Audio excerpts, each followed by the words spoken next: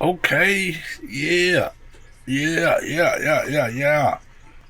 Get it, Kings. Yeah, man. I mess with it. I mess with it. The Sacramento Kings on a 3-0 win streak. It's great. This is great. Even though they can't go up to 8th place, I'm okay with them winning at the end of the season right now. Lock in that 9th. At least you'll get the home game for the play-in, and we can move on from there. If we win that game, we'll be playing against either I believe the first game is versus the 10th place team, and if we win that, then we'd have to beat the winner of, I think, 7 and 8. 7 and 8 play each other, and if they lose, they'd have to face the winner of the play-in 9-10 game. And then if the Kings could win that, they're in the playoffs. Man, Zach LaVine went crazy, went wild last night. His shooting was unbelievable. He put it down last night for the Kings with another 40-point game, 43 points to be exact. And you can't be mad at the effort of the Kings right now. Whether you like Zach LaVine or not, whether you like DeRozan or not, whether you like Sabonis or not, those dudes put it down last night and are the key reason why this team is on a 3-0 win streak. And in this game, this was a game where on the road, the Sacramento Kings were able to dominate the fourth quarter with some great shooting from from Zach LaVine and DeRozan and Sabonis. And they were able to dominate this young team at the end of the game, which looked really good. I thought the game was on the line. They came into the after halftime. The team in the third was kind of losing by around 10 points. I thought it was going to be over with. They put together some good shooting, some good three-point shooting, took over the game, closed it out in the fourth, and they beat the Pistons 127-117. And in my opinion, this was a huge win for the Kings, for them to go out on the road and beat this team by 10. For them to go on this 3-game winning streak after losing to the worst team in the league. It was important for them to come back with some wins, and they have definitely done that. And like I just said, the Sacramento Kings are currently in 9th place, 39-40, winners of 3, 4-6 of the last 10. That would be so sweet, so nice if they could get back to 500. 40-40 looks a lot better than what it did a few days ago when they were like 36-40. And to me, this team should try to go 42-40. For them to do that, they would have to win their next 3 games. They'd have to win out all 3 of the last 3 games. I believe there's only about 3 games left in the season. And currently they're a whole game above the Mavericks in 9th spot, and they have the tiebreaker versus the Mavericks as well. So that's good news. Mavericks losers of 2 recently, Suns losers of 6 without Kevin Durant. They have not been able to do much. And right above the Kings in 8th place is the Grizzlies. The Kings cannot catch the Grizzlies at all because they only have 3 more games and can't even catch them at this point. And this was just the Timberwolves yesterday, and now they have flip-flopped. And this is a very volatile Western Conference currently. Pretty much Thunder is stuck where they are. Rockets are probably going to be stuck where they are. I don't think the Lakers can catch them. But from 3 to 8, it's going to be it's going to be a little volatile this last week. It's going to be very interesting to watch these teams right in here. Hey guys, and before I get too deep into the video, I ask if you can please click that like button for your boy. Click that subscribe button. If you're in the Kings Talk, Kings News, NBA Talk, you're going to want to hear my upcoming episodes. Click that subscribe button. Also in the off season, we will be going over any news that's happening with the Kings, so you're going to want to see that. Click that subscribe button. And also we're going to do some documentaries and some other storytelling stuff that you're going to want to see, so go ahead and click that subscribe button now, so when that comes out, you'll get a notification of that stuff. And I would like to say welcome YouTube to all my friends, my folks, and you Kings fans out there. It's your guy, Jay Woods, aka Shy the Man, and I'm back at you with another episode of The Kings morning after. Midday cup of soda with Jay.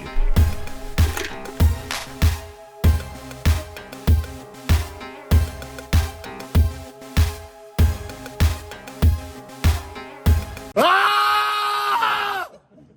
I love it. Yeah, sorry guys. No Joe today. I actually killed my cup of Joe earlier. Had to go to the office. So no Joe for today, but for lunch I had a Coke, which has some caffeine in it.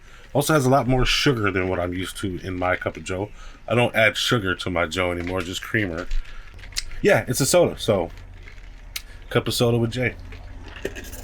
And today is April 8th, 2025. This year is flying by. It's already April. It's already about to be May. It's already spring. May is my birthday month, and it's damn near halfway through the year already. It's just crazy how fast time flies, how old I'm getting. And the day is... You know what day it is. You know what day it is. Yeah.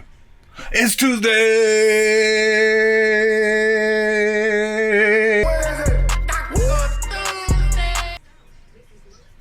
Yep, Taco Tuesday. Yeah, Taco Tuesday. It sure is Taco Tuesday. And guess what I had from Taco Bell? I had a soda. No, I had tacos. I had 2 tacos today, which really officially makes it Taco Tuesday. I got the cheese, she tasting the Kool-Aid. And, you know, they were Taco Bell tacos, crunchy tacos. But, I mean, you really can't go wrong with a taco. I love crunchy tacos, soft tacos. Doesn't matter. Chicken, ground beef. I mean, you can't mess up with a taco. I mean, I guess you can, but Taco Bell's good enough for Taco Tuesday. Migo the plug, Guadalupe.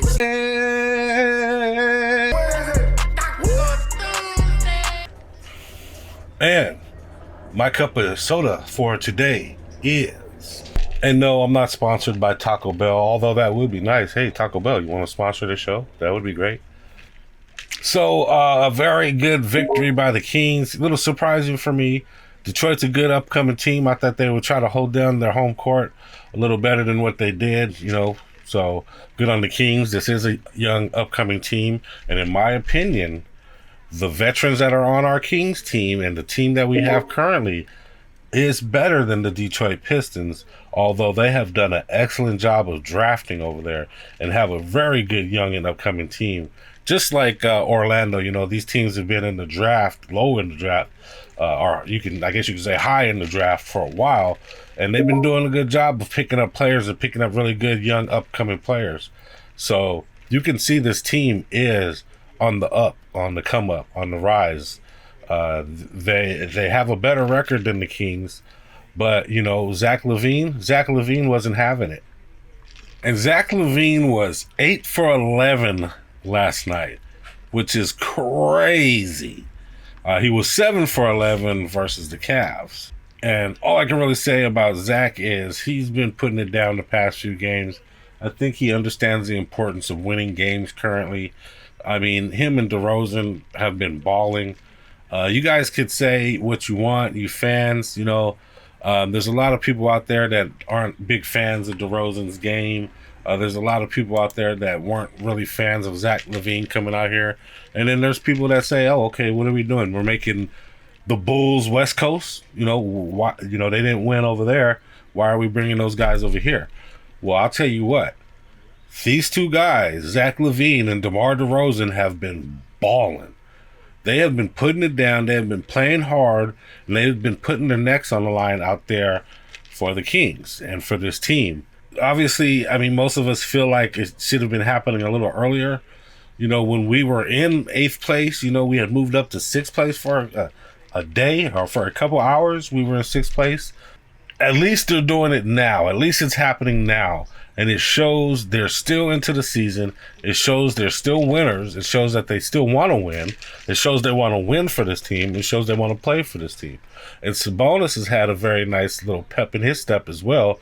I'm thinking maybe he's feeling healthy. You know, maybe his leg is feeling a little better from his ankle injury that he had, because he's had a little pep in his step. He's been dunking on guys, playing hard. He got a triple-double last night. So to see Sabonis out there scrapping and playing hard, it's good to see. You know, he wants clarity on where this team is headed. Hopefully that isn't saying I want to be traded out of here. But he did make the statement he wants clarity at the end of the season. But his effort on the court isn't lacking. His effort on the court isn't saying I want to be traded. He's still being that blue-collar worker out there playing hard for this team. And, you know, I said last game versus the Clippers, blueprint that game, copy that effort. And that's exactly what they did. They played exactly the same way they did versus Cavaliers. Have the Kings figured it out? Are the Kings unlocked now? I don't know. Maybe. Hopefully they are. You know, they played very similar these past couple games, past 3 games. So maybe this is how the Kings are going to play. Maybe Zach LaVine has kind of found his niche, his spot on the court, how he's going to play with this team. Maybe it's already happened. DeMar DeRozan is going to kind of give you what he gives you. He does what he does. He has that midi game, that kind of old school back you down, turnaround jump shot like Michael Jordan used to do. He has that kind of style game, so he's going to do what he does. We know what DeMar DeRozan is going to do what he does, and he's a very consistent player. He pretty much gets the same thing every night. Lately, he's been getting 30 or more points a game, which is great. He's fighting. These games have been in the absence of Keegan Murray, and they've actually played very well without Keegan Murray. I'm not sure if what that says, if that's saying anything, but Trey Lyles has played decently in his Keegan Murray spot and has pretty much given the same stats that Keegan Murray would. I mean, he's getting about 6 to 10 points a game. I'd like to see Keegan Murray get a little more than that. I feel like he should be averaging 15 to 20, but Trey Lyles got about 7 and 6 rebounds last night. Basically filled in for Keegan Murray, hit a 3 or 2, just like Keegan Murray does. In my opinion, Keegan Murray should be doing more, but Trey Lyles filled the spot. Keon Ellis has been starting. His offensive game isn't all the way there right now. I mean, he only got 2 points last night, but his defense is excellent, and the way he distributes the ball is good enough. He's more of a pass-first guy than get his own shot guy, even though he is a combo guard. But, it's working. They won 3 in a row. So, bottom line, the Kings morning after. Bottom line. Today's bottom line is these Kings, blueprint this game just like they did the Cavs game. They blueprinted that game, played exactly the same. That is the end of their road trip. Thank goodness. The next 3 games will be at home.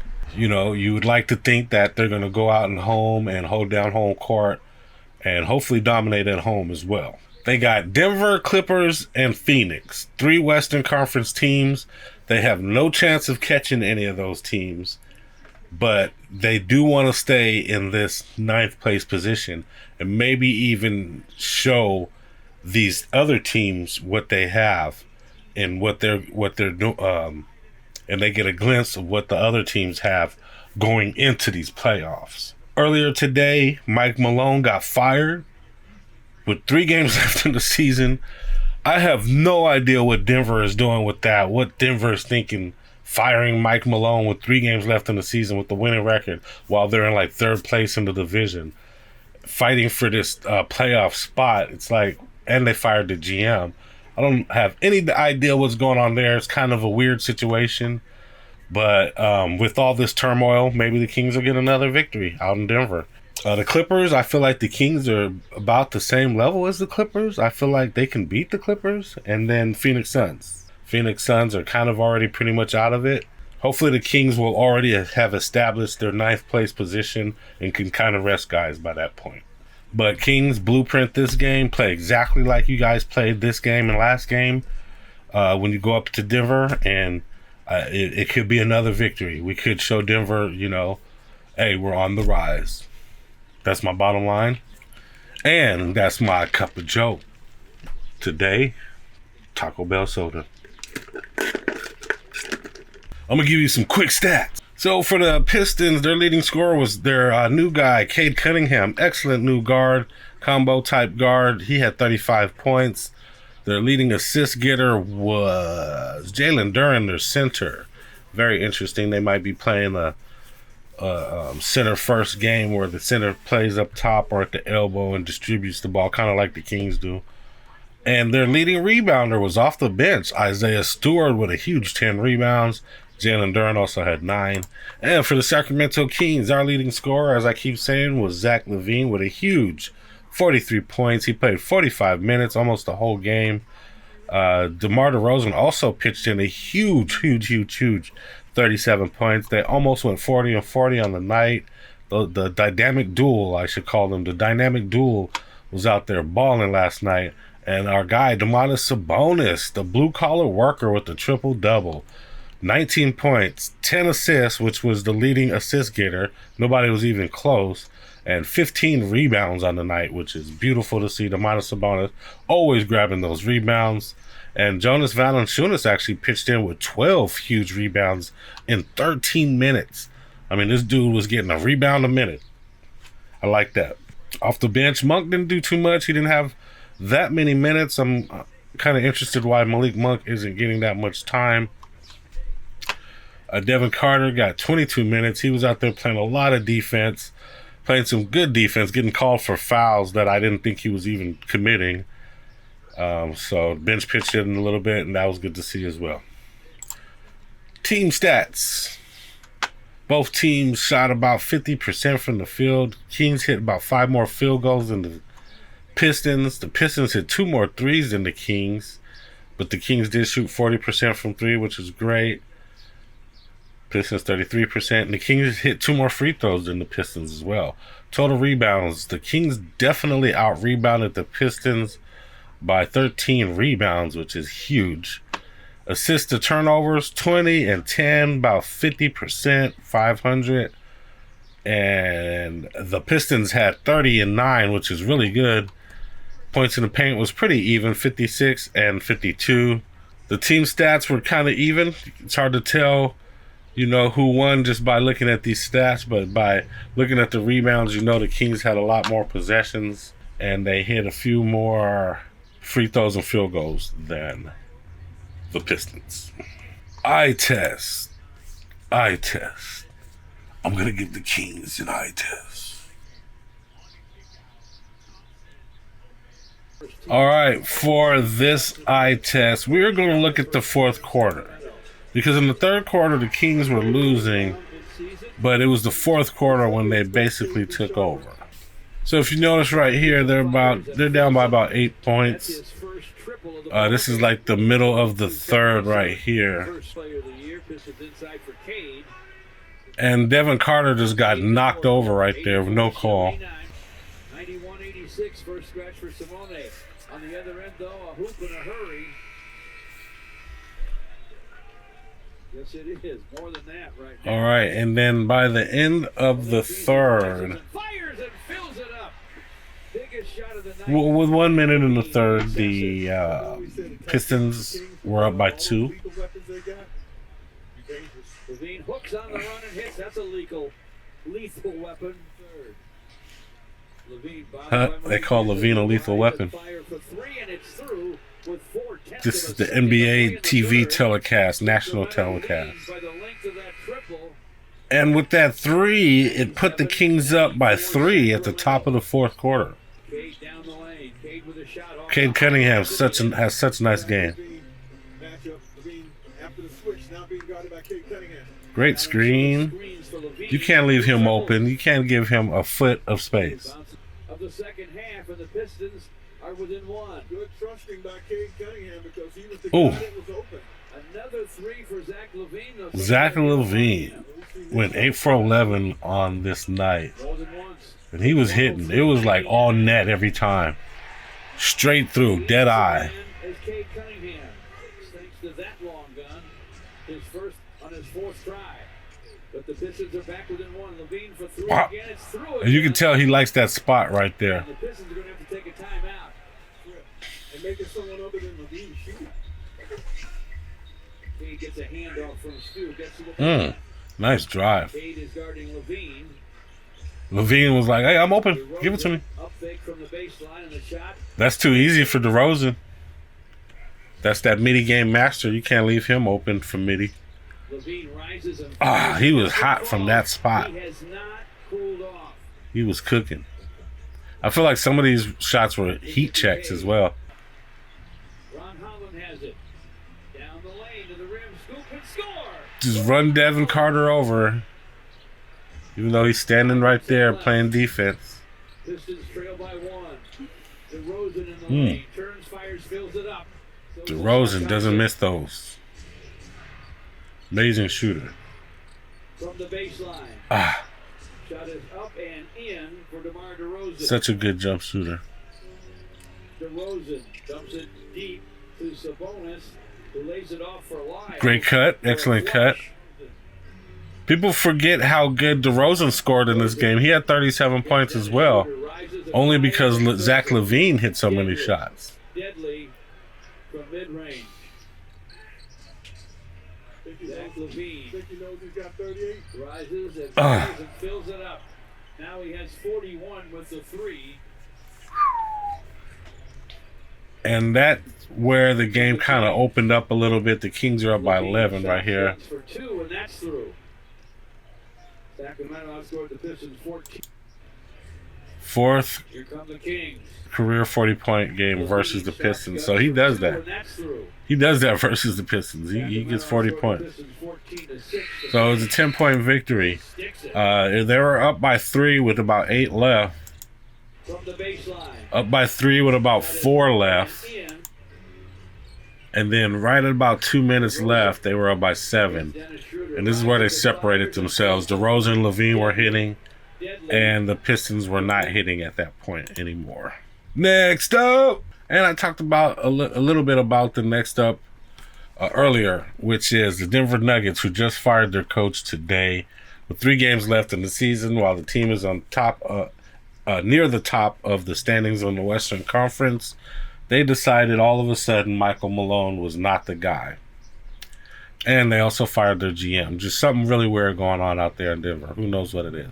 But Denver is led by Nikola Jokic. They also have Russell Westbrook, Jamal Murray, Aaron Gordon, Christian Braun, Michael Porter Jr., DeAndre Jordan, Peyton Watson, Julian Strawther, Jalen Pickett, Kiki Naji, Dario Saric, Vlatko Kantkar, and Deron Holmes II, just to name a few guys. This team is led by Nikola Jokic, who is a 2-time MVP, I believe. And his numbers just keep getting better and better every year. They added Westbrook, who's a decent point guard. Jamal Murray is one of the players from their championship. They also added Aaron Gordon in that to help them win that championship that year. Christian Braun is a new young guy. Michael Porter Jr. is also one of their upcoming young guys. And we all know this team won the championship a few years ago. They're at the top of the standings. But this team is currently in turmoil, firing their coach. And I believe it's a team that can be beat. Now, we'll have to see how they play out there in the court. They're going to be in town. They're going to be in SAC. So hopefully the Kings can hold down their home court and defeat this juggernaut of a team. Betting lines. All right. For betting lines, I got BetUS here. I like BetUS. It's like a traditional sports book. They have all sports on here. Plus, I like to do boxing on this site too. Whenever there's big boxing coming up for the weekend. And I'm in California. I'm able to sports bet here. And I believe you can use this site to bet in most places in the U.S. So it's a great site to use. I ask that you just use the description, use the link in the description below. Hey guys, make a comment for me. How do you guys feel about this current run, this 3-game win streak that they're on? How do you guys feel about it? How does it look to you? Do you think that's going to solidify their home court advantage for the play-in at the 9th spot? Or do you still feel like the Kings are going to fall out of that spot or fall out of the plan altogether? Answer that question for me down below in the comments. And if you comment before I make my next video, I'll put your comment in the next video. And hey guys, if you're still watching this, if you can, please click that like button. I know you got some kind of analysis, some kind of good news out of this. Some type of entertainment value. Also, if you're in the Kings Talk, Kings News, Kings Analysis, click that subscribe button for your boy. We're new, but we're trying to grow the channel, so please click that subscribe button. Also, if you can, share the content to any of your social medias. That would be amazing if you shared this content for me. And as always, I ask if you can make a comment. Comment about the Kings, comment about my show, comment about me, comment about the weather. I don't care. Comment about anything. That also helps me kick the algorithm's ass, and it brings eyes to the channel. So please make a comment for me. And I got a motivational quote for you guys today. All right, and I got a good quote today. This one is by Marcus Tullius Cicero. I'm not sure who that is, but what he said, what Marcus said was, more is lost by indecision than the wrong decision. Excellent quote. I love that quote. I like that quote a lot. More is lost by indecision than the wrong decision. And indecision, all that does is cause procrastination. All it does is cause time to pass without anything getting done. So in most cases, it's better to make the wrong decision than to have indecision. Because then you're just stalling and you're not doing anything. And we learn from our mistakes. So even if it was the wrong decision, hopefully you'll learn from that. And that's pretty much all that I have for you guys today. I really appreciate you watching. I really appreciate it if you click that like button and that subscribe button, and if you share the content and make a comment. But you definitely want to click that subscribe button so you won't miss the next episode the day after the next Kings game. The Kings Morning After Midday Cup of Joe with Jay or soda. And with that, I'm out. But before I go, check out my moves.